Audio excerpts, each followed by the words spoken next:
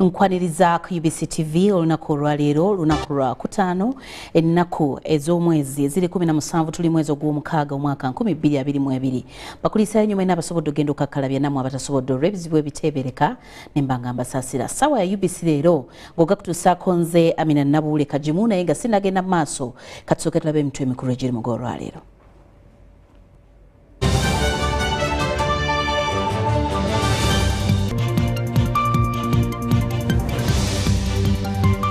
President Museveni atendereza UPDF olw'omulimu omulungi e Congo. Kaliisoliisa anunudde obuwumbi 9 obwali bubbiddwa abakungu mu minisitule y'ebyobulimi. Minisita n'abako bayimirizza ebyokugobaganya abatuuze ku ttaka e Masaka.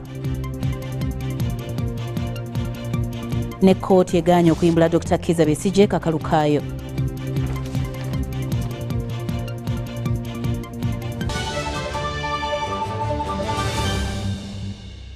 Nyongere okwaniriza ku UBC TV nze Aminah Nabuule Kagimu okubanga nkutuusaako amawulire aga UBC leero.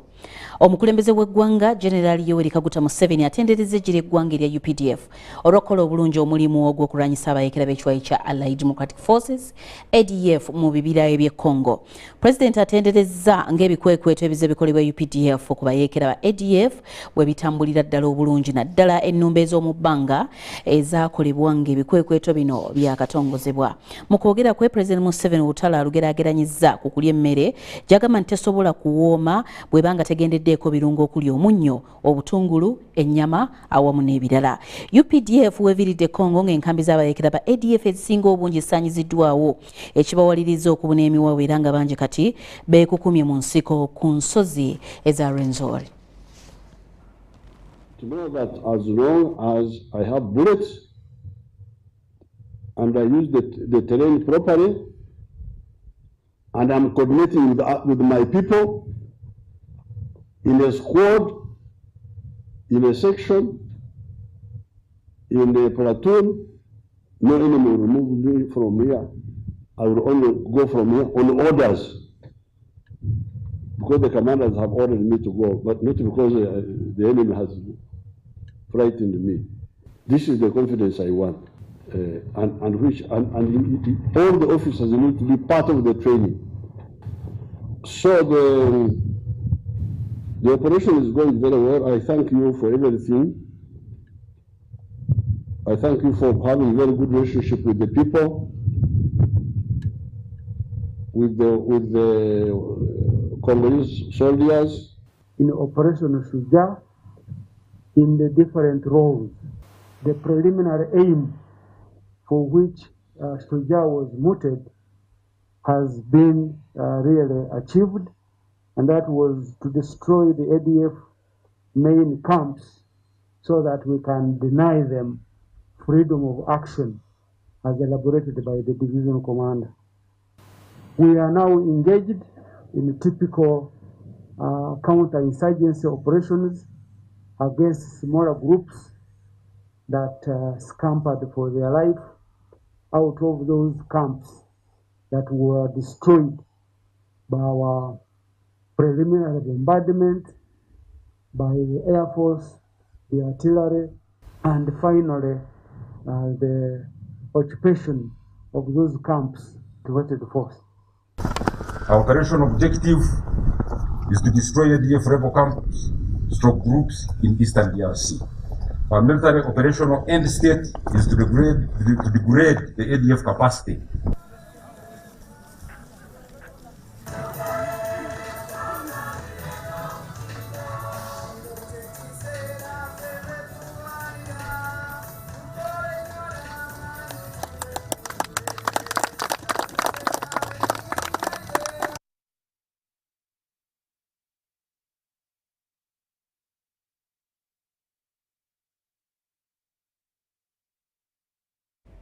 Mawulire ga UBC leero. Ate ye Kaliisoliiso wa gavumenti aliko obumbi bw'ensimbi za kuno mwenda bw'ataasizza oluvannyuma lw'okuwuttanyizibwa abamu ku bakungu mu minisitule y'ebyobulimi obulunzi n'obuvubi ssaako obukadde olwenda okuva mu bakungu ab'ekitongole ky'ebyebibalo ekiyitibwa Uganda Bureau of Statistics. Bw'abadde ng'ayanjulira eggwanga alipoota ekwata kunoonyereza ku nsimbi zino ze bataasizza, Kaliisoliiso wa gavumenti Betty Olive Namisango Kamya agambye nti bagenda kugira beeyambisa enkola ey'okutaasa ensimbi z'omuwi w'omusolo nga bayita mu kutegeeraganira wabweru w'embuga z'amateeka kubanga bakizudde nti ate enkola eno eyanguyira ddala. Kaliisoliiso wa gavumenti alangiridde nga bwagenda okweyambisa enkola y'abantu ssekinoomu okuloopa abo be bateebereza okwenyigira mu muzze gw'obuli bw'enguzi mu bitongole bya gavumenti eby'enjawulo. Kino kiriridde mwoyo gwa ggwanga omu okwekubira enduulu mu ofiisi ya Kaliisoliiso nga bwe waaliwo ensimbi obuwumbi omwenda abakungu mu minisitule y'ebyobulimi ze baabulankanya mu biseera bya COVID nga zino balaga nti ziweereddwa ettendekero ly'ebyobulimi erya Bukalasa Agricultural College and Fisheries Training Institute okukola ku nsonga ezitali zimu kyokka ng'ebiseera ebyo amasomero gaali maggale.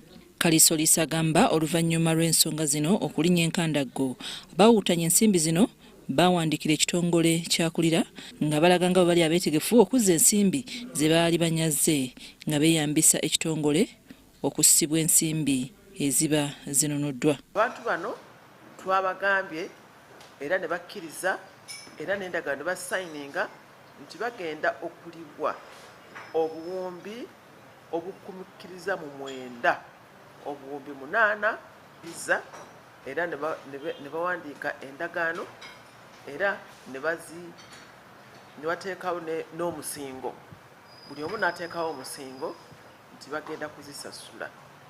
Mu ngeri y'emu Kaliisoliiso agamba nti waliwo munnayuganda omulala eyalonkoma abakungu mu kitongole kya UBC abaawutanya ensimbi y'omuwi w'omusolo mu biseera bya COVID oluvannyuma lw'okulaga nga bwe baaliko emirimu emitongole gye bali bagenda okukwasaganya n'okunoonyereza mu biseera ebyo. Ne tulaba nga nabo baabulankanya abakozi abamu baabulankanya ssente ezikunukkiriza mu kawumbi era nabo bakkiriza mu kifo ky'okuba tebala mu kooti nabo kabazikole ki kabaziriwe. Kati enteekateeka tulina okufuna ssente zino mu bbanga eritasukka myaka 2 zonna zijja kubanga zivuddeyo.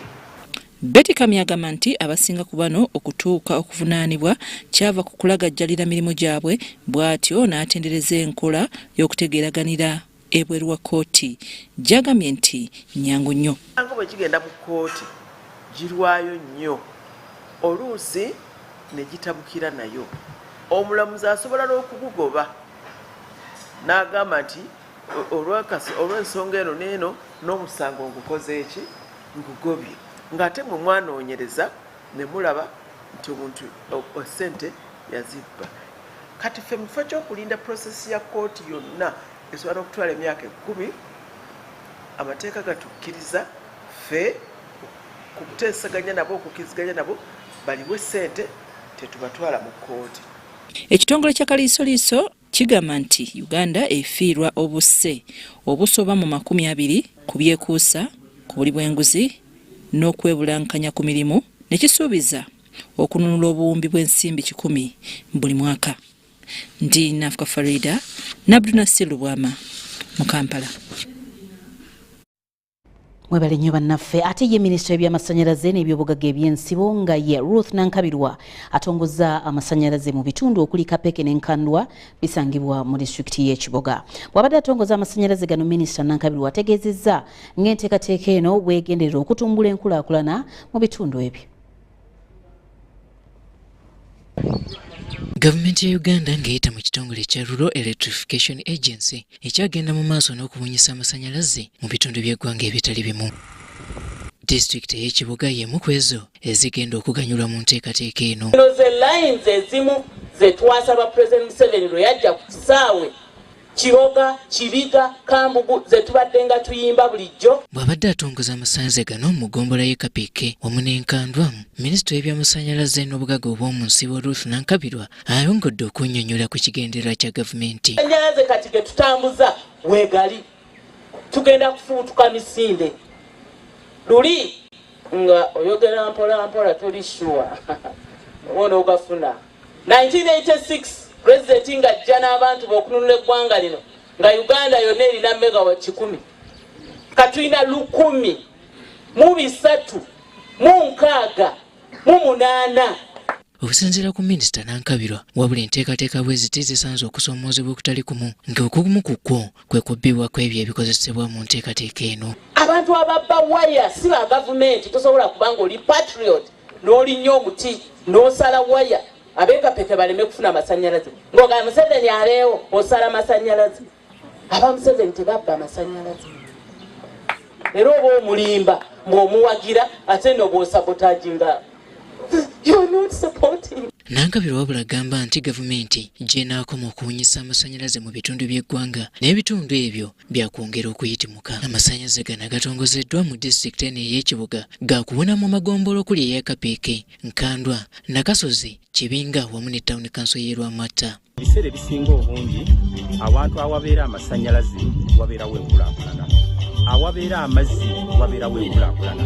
So n'olw'ensonga eyo guno omukisa gwe twafunye ogw'amasannyalaze njagala okubiriza abantu bonna abakola Town Council Lwamatta ebyalo 16 okulaba nti bakozesa bulungi ki amasannyalaze.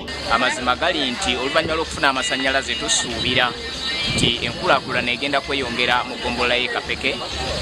Era oluvannyuma lw'okufuna amasannyalaze ku ssomero lino kigenda tuyambako nnyo mu bintu bingi, okugeza twafuna kompyuta kigenda tuyambako okubeera nga tuzikozesa nga tewali kiseera kigeereko. Minisita Nankabirwa wetwogerera kati akyatalaga amagombolola agatali gamu mu bitundu bino era nga n'enkola eya parish model agenda naye agijjukiza abaayo.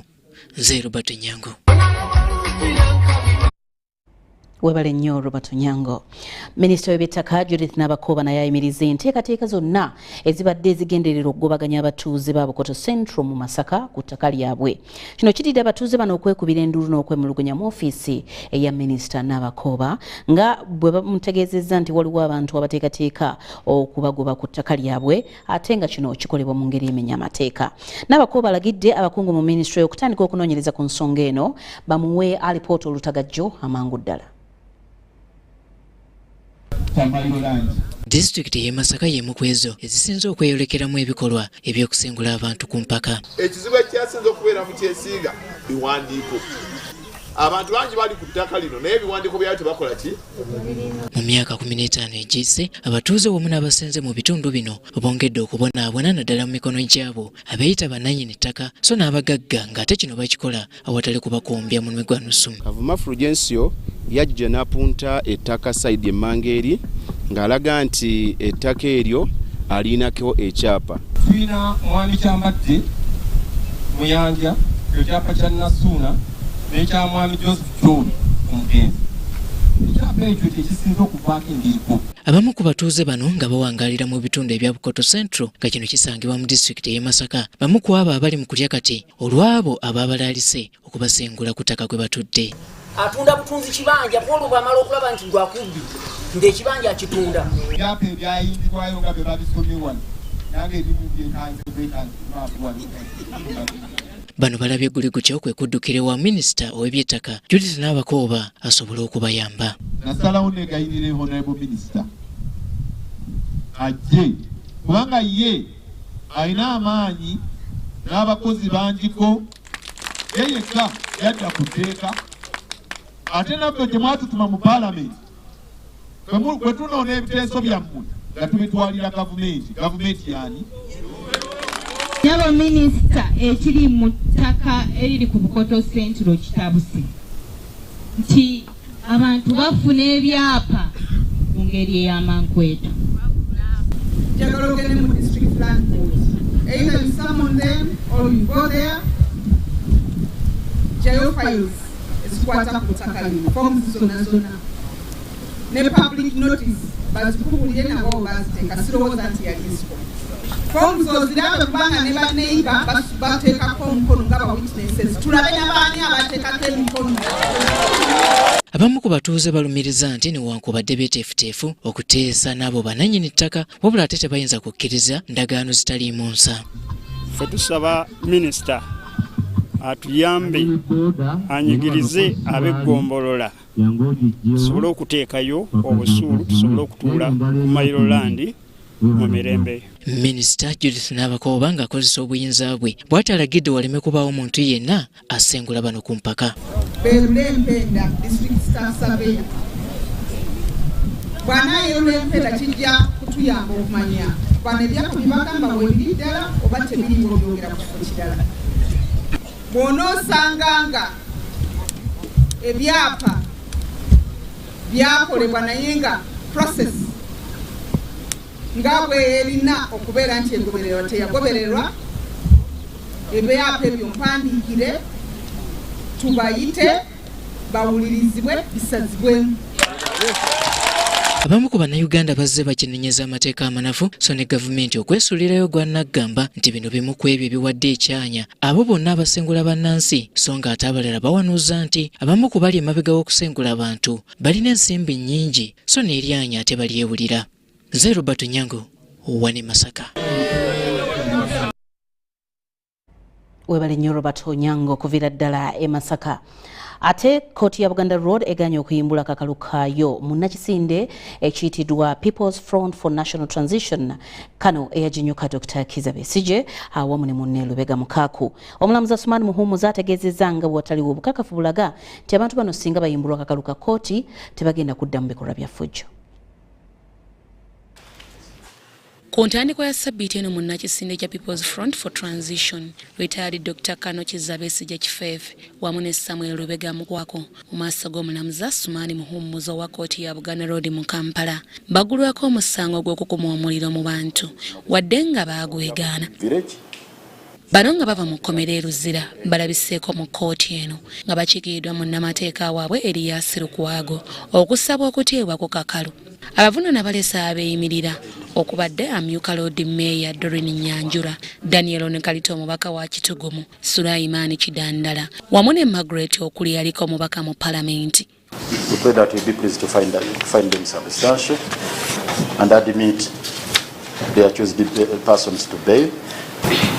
The other ground, your worship, is that we have no record of absconding from court jurisdiction.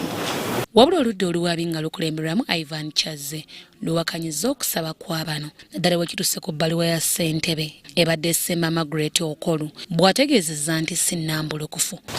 Your worship, the conduct of both applicants is a sign that they do not respect the legal process. It is on that basis that we propose that both applicants restrained from repeating commission of similar offences. Oluvannyuma lwa kkooti okuwumulamu eddakiika 15 omulamuzi Asumani Muhumuza akatiemudde bw'akalambidde okuta Besigye ne Mukaku kakalu. As much as the applicants are protected by the presumption of innocence, their antecedents must be considered. I have no guarantees that if the applicants are released on court bond, they will not engage in similar acts and therefore lead to new charges. It is my opinion that the sanctity and the authority of the court must be protected and the court should not be sucked into the arena or the theatre of politics. And on that basis, the application for bail is rejected. Munnamateeka Erias Lukwago yamulugunyizza ku nsala y'omulamuzi gy'agambye nti ya byabufuzi. Omulamuzi eyasoma amateeka n'agategeera bulungi alina okugalamula ng'amanyise amateeka w'eggwanga agamba nti omuntu yenna aleeteddwa mu kkooti abeera talina musango okutuusa ng'awozeseddwa ne gumuka mu vvi. So ensonga eno tetugenda gitwala nga ntono si kulwa Dr. Besigye yekka naye n'abalala kati ate era tetulina kyakukola tugenda kuyita mu buzibu bwe twayitamu luli era bwe bumu tweyongereyo mu kkooti esingawo.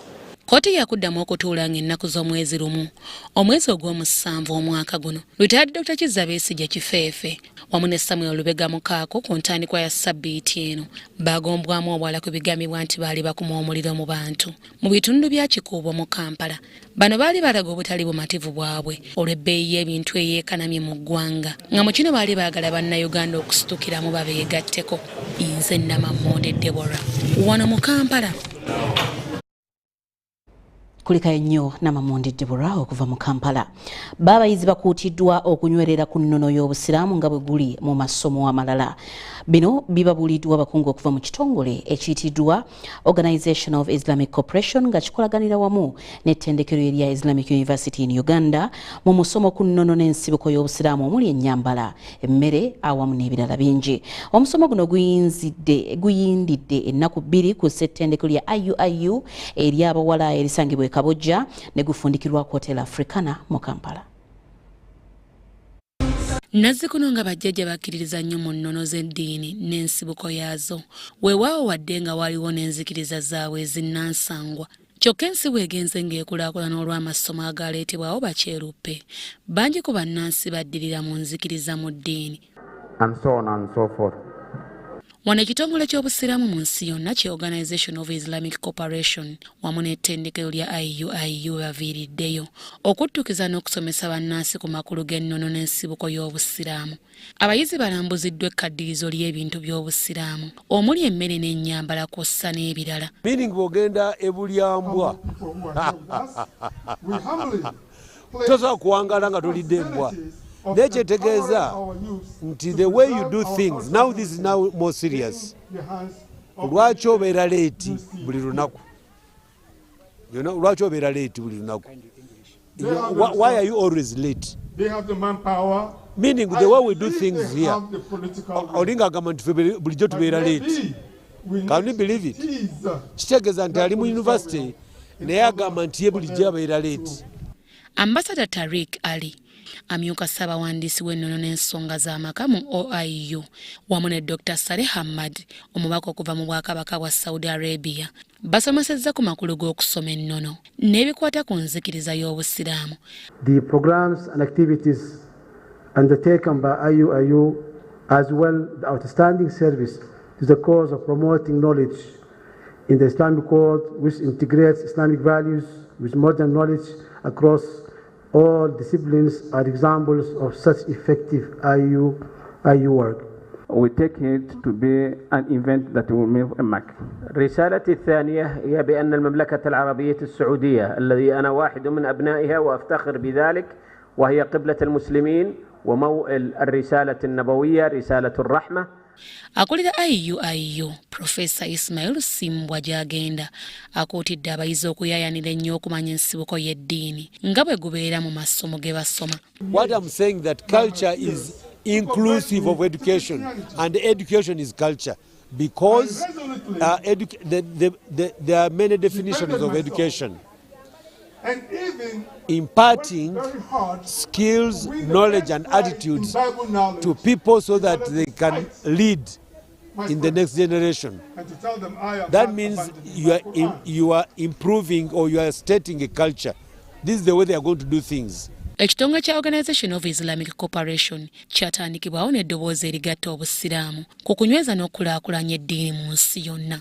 Ivan Juko yakusakidde bino.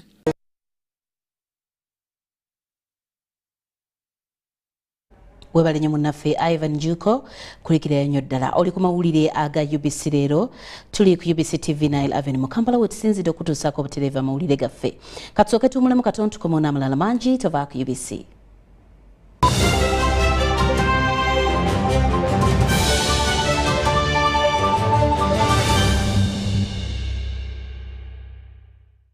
It's Freaky Friday from Airtel. Buy or gift. Buy or give. Get freaky too! Dial *149*10# to load a Freaky Friday bundle for you to enjoy the best offers on voice and data. To buy a bundle for friends and family, dial *149*10*5#. Freaky Friday with Airtel. Buy or gift a bundle today. Dial *149*10# to get started. Airtel, the smartphone network. Fun is our flavor. When we're together, the vibe is pretty alright. Our taste is fruity awesome. We are Uganda's #1 fruity refreshment. Enjoy Mirinda Fruity, Uganda's #1 fruity refreshment.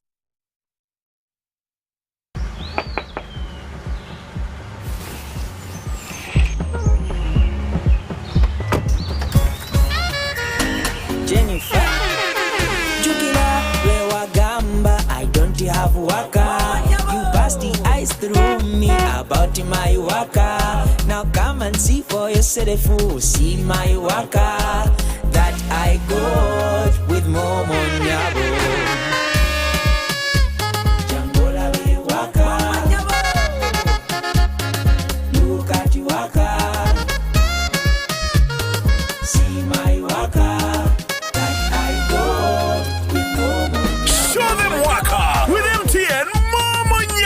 Simply deposit 20K or more on your mobile money for a chance to win 3 Toyota Succeeds and money to 2,000 lucky winners every week. We're giving away 24 cars and over 2 billion shillings of mobile money.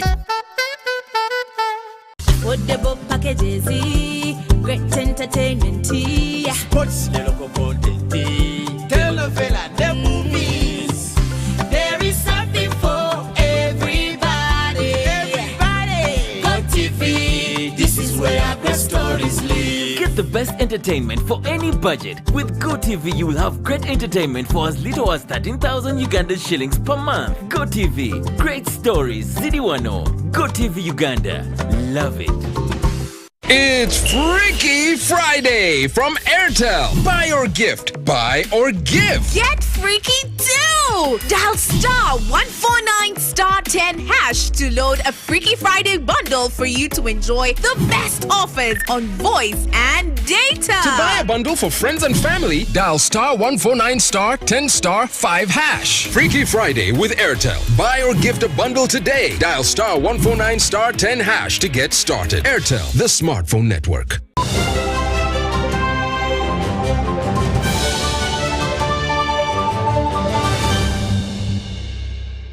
Kukulisa nnyo mukumulamu okwo nenkwaniza mu kitundu kyaffe ekyokuli oli ku mawulire aga UBC leero tuli ku UBC TV nze Aminah Nabuule Kagimu. Ekitongole ekinoonyereza ku birime n'ensigo zaabyo n'okuzuula emigaso egibirimu ekiyitiddwa mu Futi Plant Genetic Resources Center PGR kiri wansi w'ekitongole kya NARO kiri mu kafuba okuzzaawo ekiruubirirwa kya Botanical Gardens ekyokunoonyereza ku byobulimi wamu n'okubikulaakulanya. Okusinziira ku Dr. Chuka Catherine omunoonyereza omukulu mu NARO ekifo we bakolera okunoonyereza tekimala nga beetaaga ennyongereza ku mbalirira ya buwumbi 7 okutuukiriza ekiruubirirwa ekyokukungaanya ebika by'ensigo suka mu lukaaga mbozi gyolaba. Ekibira kino kyagunjibwawo gavumenti mu mwaka gwa 1889 n'ekigendererwa ekyokunoonyereza ku byobulimi n'okubikulaakulanya wabula nga bwe lituukidde leero kigenze kisereba ng'abakivunaanyizibwako beeraliikirivu nti singa tewabaawo kikolebwa ne bannakigwanyizi bandikuba koodi. Kyova olaba tuyina muno ebika by'ebirime ebyenjawulo, ebirime bye tulya, ebirime bye tukozesa mu ddagala, ebirime ebiganda by'ebirime byaffe, ebirime ebiyamba ku mpewo ennungi, ebirime ebiyamba okulaba nti nno enjuki zibeera mu nnimiro zaffe, byonna nga mu ebiri omugaso ogwo gukyagenda mu maaso. We are making efforts also to have some write-ups, words within the gardens to have people protect, not even to steal what is in the gardens and not to destroy what is planted. Ku ntandikwa y'omwaka guno omuyaga ogwakunta gwaliko emiti egisinga obungi giri ku ttaka nga kino kye kyawaliriza abannalo okutandika kampeyini w'okusimba n'okuzzaawo emiti nga kaweefube ono yakulemberwamu amyuka omukulembeze w'eggwanga retired Major Jessica Alupo. Because it's very important that after planting a tree, you come back tomorrow and check, has it withered? Is there someone who is continuing to water it? Is it fruiting? And so on and so forth. I support that, and I want to appreciate you for that all-round approach to the tree planting campaign. Species of rather 500 trees have been planted, but we also have to protect this that we've planted. It is just not planting, but planting is making the tree to grow to maturity. Groups of food security. Dr. Chuka Catherine omunoonyereza omukulu mu kitongole kya NALU agamba kino bakikoze oluvannyuma lw'okwekengera nti ebirime ebisinga obungi bigenze bisaanyizibwawo nga gye bujja twandifundikira nga tubifumako mu ngero. ideal situation oba kye twandiruubiridde kwe kuba nti genebaka yaffe erinamu ebika by'enjawulo Katonda bye yatuwa eby'ebirime bino 603 naye for the moment tuyina 10 lwaki mulabye ekifo kyaffe nga we kiri kikyali kifunda wabula balaze okusoomooza kwe basanga wakati mu kuuma ekifo kino ng'okusinga be bantu abajja okuwummulamu ate ne bakuuliita n'ebikolo by'eddagala ebisimbibwa kubanga we tweyongera mu maaso nga tugenda ku ttale ne tubitemayo nga we twekussa wano kijja kuba tekitukoze bulungi ate naffe mu myaka egijja nga 5 tujja kuba ebintu bino tetukyakola ki tetukyabiraba mu ngeri yemu basambaze n'amawulire agabadde gayitiŋŋana nga galaga ng'emmotoka z'empaka bwe zigenda okuddamu okufuumuukira mu Botanical Gardens kye bagamba nti kino kafuuwe era bo tebalina kye bamanyi ku nsonga eyo. Nze Sula Kagugube wana Entebbe. Webale nnyo munnaffe Sula Kagugube. Ate wadde abakkiriza mu ddiini y'Obukatoliki mu ggwanga mu ssaza ly'Ekinda Mityana beeyongedde obungi, kino kifuuse kusoomooza eri Ekereziya Katolika era nga kati kye batandise kwe kutandika kaweefube okugaziya Ekereziya okufa okulaba ng'abantu tebabasibira bweru. Katubirabe. Essaza ly'Ekereziya Katolika erya Kinda Mityana lyerimu ku masaza 15 mu Uganda, mpozi okufaananako n'amasaza amalala. Lino nalyo lirimu obutaka bw'abajulizi ba Uganda gye bazaalibwa okuli Nowa Mawaggali, Luka Baana ba Kintu, Matiya Mulumba ne Ambrosio Kibuuka. Olw'ettutumu ly'abajulizi n'omukwano abakkiriza gwe babalinako, mu ssaza lino omuwendo gw'abakkiriza gweyongera buli kadde nga kati basukka mu kakadde akalamba kyokka ng'omuwendo guno ate gufuuse okusoomooza olw'Ekereziya ezifunze ezitakyamalawo bakristu abajumbira okusaba.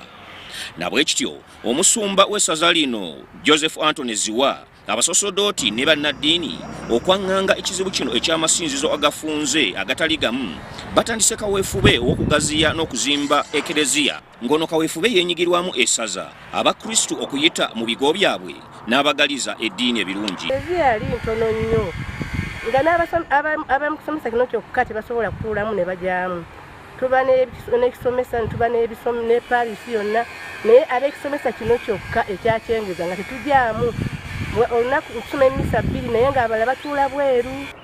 Bw'ogeraganya n'eyaliwo emabega nga tetunaba kufuna kigo wano yali Kereziya ntono naye nga tumaze okufuna ekigo wano ekyekyengeza Ekereziya yaliwo nga tesaanira mulimu gwa Katonda.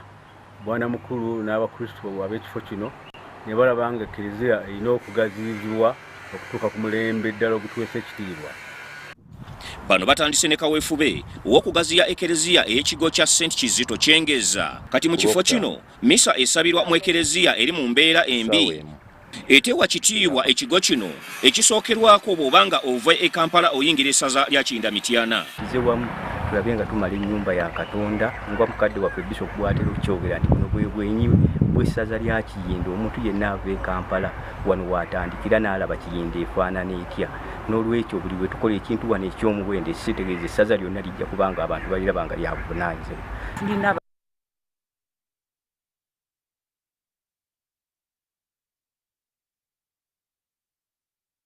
Ga UBC leero nsima bwongera okubanga otambudde nange okuva gye natandikidde amawulire ga UBC leero ne gibuli eno. Mbadde Aminah Nabuule Kagimu okutuusaako amawulire gaffe naye kankulekere Muhammad Kituusa abe nga tubulira enkyukakyuka mbeera y'obudde bwegenda okufaanana lunaku olw'enkya. Kituusa? Kitongole ky'eggwanga kivunaanyizibwa ku by'embeera z'obudde kankutuseeko alipoota y'embeera y'obudde neera enkuba yatonyeeko mu bitundu by'eggwanga ebimu okusinziira ku alipoota zetufunye. Kampala yapimye milimita za 20 Tololo 3 so nga ate Entebbe 2. Era ekifaananyi ekikubwa ssemugenzi ekitulaga nga omukubo gw'enkuba gukyali eri ebugwanjuba bwa Semazinga Africa wadde nga waliwo empewo entono nga zikunta zivaawo ku nnyanja Nalubaale sewakuona ezo ziva eri mu gabira g'Ekongo ensonga lwaki era tugenda tufunayo enkuba okutonya mu bitundu by'eggwanga ebimu. Era bwe tugezaako ne tulaba ate ku mbeera y'obudde mu biseera by'okumakya tusobola enkuba okutonya wabula okusingira ddala eyo mu bizinga by'Essese saako n'ebitundu ebitono ebyebunguludde ennyanja Nalubaale so nga ate ebitundu by'eggwanga ebisigadde omusana gujja kwakanga bwe kukuba kwamu. Embeera y'obudde eno tugisobola okukyukira ddala mu biseera eby'olweggulo nga tusobolawo enkuba okutonya mu bitundu by'eggwanga ebisinga ebugwanjuba Masekati saako naawo ebukiikakono amu n'ebuvanjuba. Bwe tugezaako ne tulaba ate ko Bugumu tusobola okubaako diguli za 30 mu bitundu ebisinga obungi eri mu Kalamajja saako n'ebukiikakono amu n'ebuvanjuba, so nga masekati awo kuba ku diguli wakati wa 27 kutuukira ddala ku 28 okuggyako eri mu nsozi Omukabaale 24 so nga ate Kasese 29. Bwe tugezaako ne tulaba ate mu bibuga ebimu ebisangibwa ebunayira mu kibuga Nairobi tusuubirayo mbeera gudde okubeera ekizimezime Buguma okubaako diguli za 25 so nga ate New York diguli 17 wabula eri mu London tusuubirayo olunywankoko Buguma okubaako diguli 26 so nga ate Dubai omusana okumemula okutuukira ddala ku diguli 40. Weebale okubeerako naffe beera bulungi weeraba.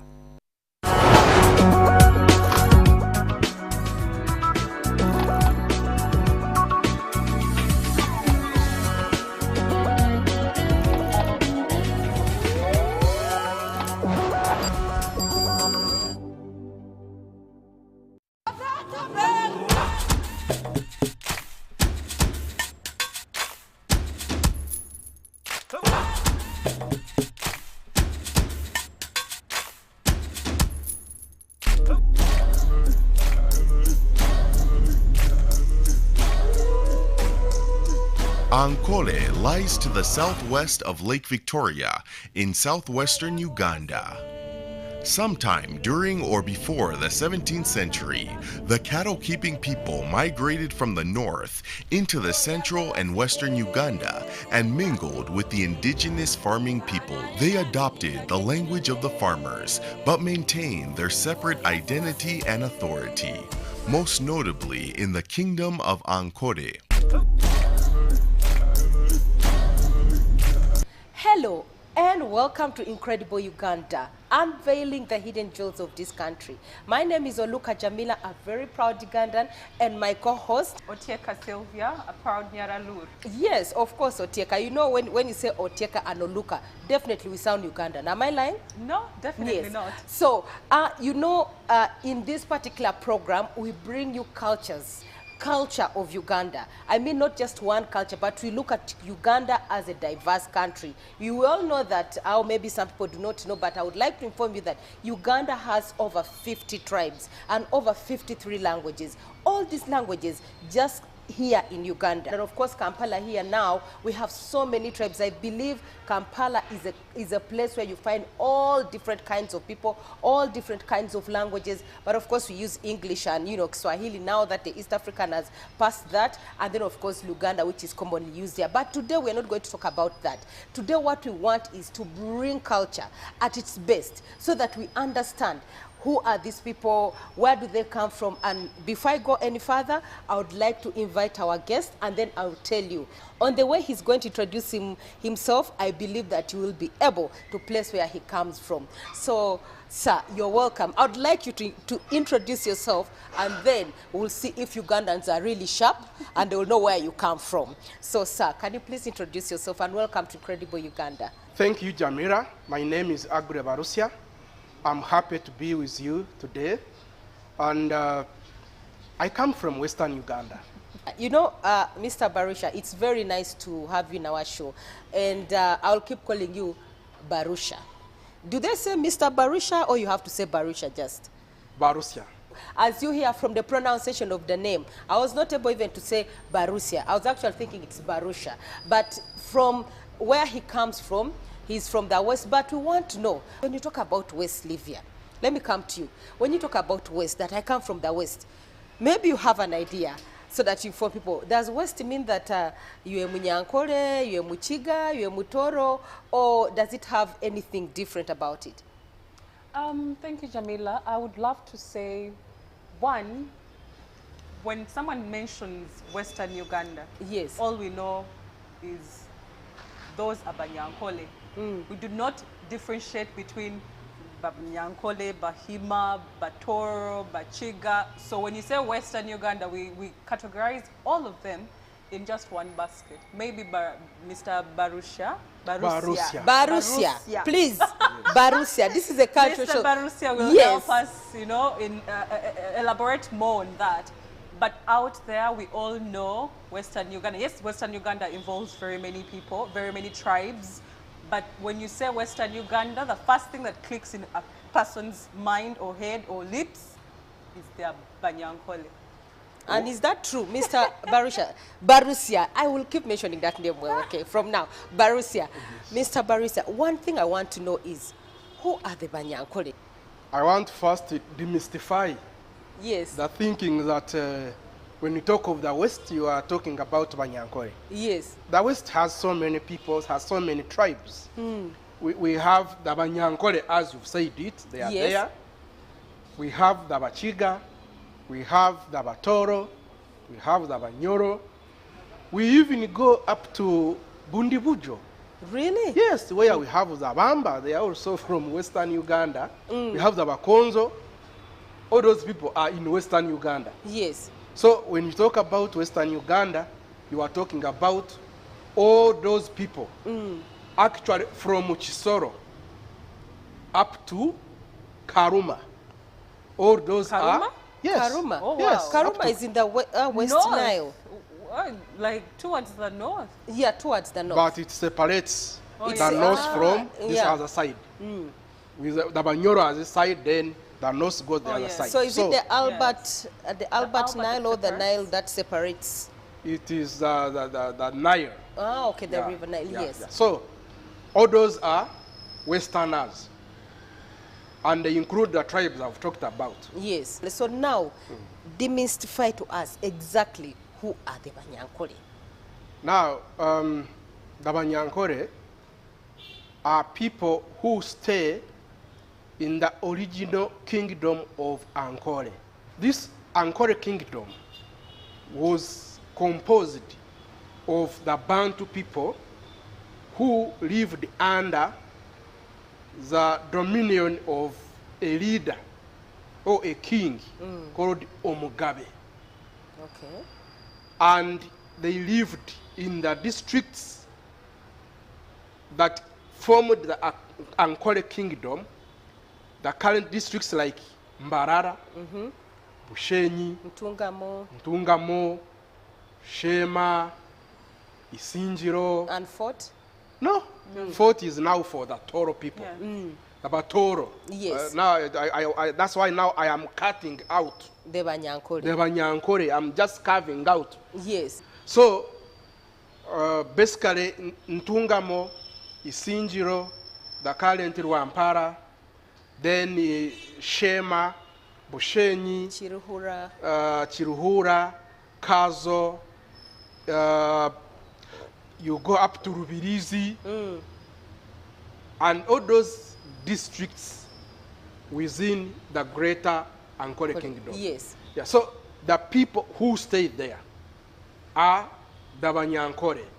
Ankole kingdom, like many other kingdoms in Uganda, was abolished in 1967 by the then president, Milton Obote. Yes. So to date, the Banyankole still stay in their area. But without a king.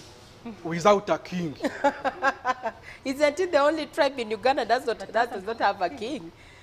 I may say yes or no, but I think there are also other areas which have no kings, like Chisoro. The Chisoro people, they have a Fumbira. But still they fall into the category of the Banya, the Banyankole, the Bantu. Yes, they are the Bantu, but they now those ones fall under Kigezi. Ah, okay. Now that is now Kigezi region. So the Kigezi people include those the Bafumbiras and the Bachiga. So we talk of Chisoro, Kanungu, Rukunjiri, Kavusuru, Kabale, yes, Ruchiga, Rubanda. So now that is Kigezi region. So those are not Banyankole. They are Banyakigezi. Oh my God. Yes. That is such a wonderful information. The Banyakigezi, Abagezi. Abagezi. So they are the bright people. Yes. Okay, anyway, you will come and tell us more about the Bagezi people, but today we would like to talk mostly about Banyankole. Sylvia, when you hear about Banyankole, what comes to your mind? course, me, I mostly look at the women, and I'm imagining these well-endowed women. I do not know whether it belongs to all the rest. Yes. Yeah, but that's the first thing that comes into my mind when you talk about Banyankole. Then two, I would look at the cattle. I mean, I would look at, yes, I would think about the their cattle keepers. Basically, that's also well known. Since you're here, we want to work with empirical evidence. You are called Barosia. Start with telling us what Barosia means. Okay. You see, there are things which you cannot talk about minus talking about your origin. Now, I want to tell you something about the origin of Banyankole. Oh, yes. Now, I talked about Ankole Kingdom and where it is located, the people who are there who are called Banyankole, when it's one it's called Munyankole or Munyankole, when there are many plural, they are called Banyankole. Can you tell us that again? When it is one, it's called what? Omunyankole. And then if there are more than two? Abanyankole. And then there's the other one you talked about. Then the other one is Ankole. So, this kingdom is located east of Lake Edward, in that area called Ankole, which actually originally was called Karo Karunji. Come again? Karo Karunji. Karo Karunji, meaning a beautiful village? Yes. Wow. Oh, you are very good. By the way, you know these people from Western Nile. they rate very much with the no, take us our neighbors. You see, it is just the river Nile which divides you guys. So, you should be let me take you back to the origin of the Banyankole. Yes, please. Before the Ankole Kingdom, these people were under a leader called Ruhanga. Ruhanga. Now, Ruhanga meaning what? Ruhanga means the creator. Oh, yes, like God. Yes, Okwanga in Ankole means to create. Yes. So Ruhanga means the creator, and the creator means God. Yes. So now, the creator, in this perspective, Ruhanga, had 3 sons. Let me then tune properly and get the information. Yes. Our first son was called Kiru. Kiru. The second one was called Kahima. Kiru, Kahima. The third was called Kakama. Kakama. Kiru, Kahima, Kakama. Yes. Yes. Those now, are the sons. Okay. Before God went back to heaven, he wanted to put social stratification in a society.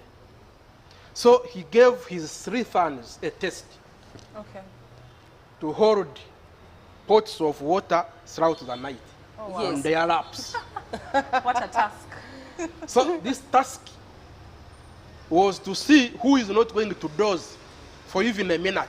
Oh my God. So in that test,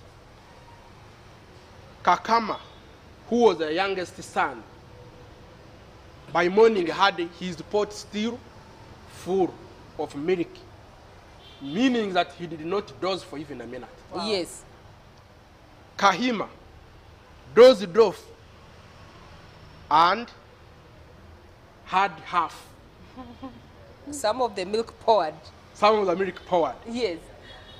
And then Kiru poured everything. So now,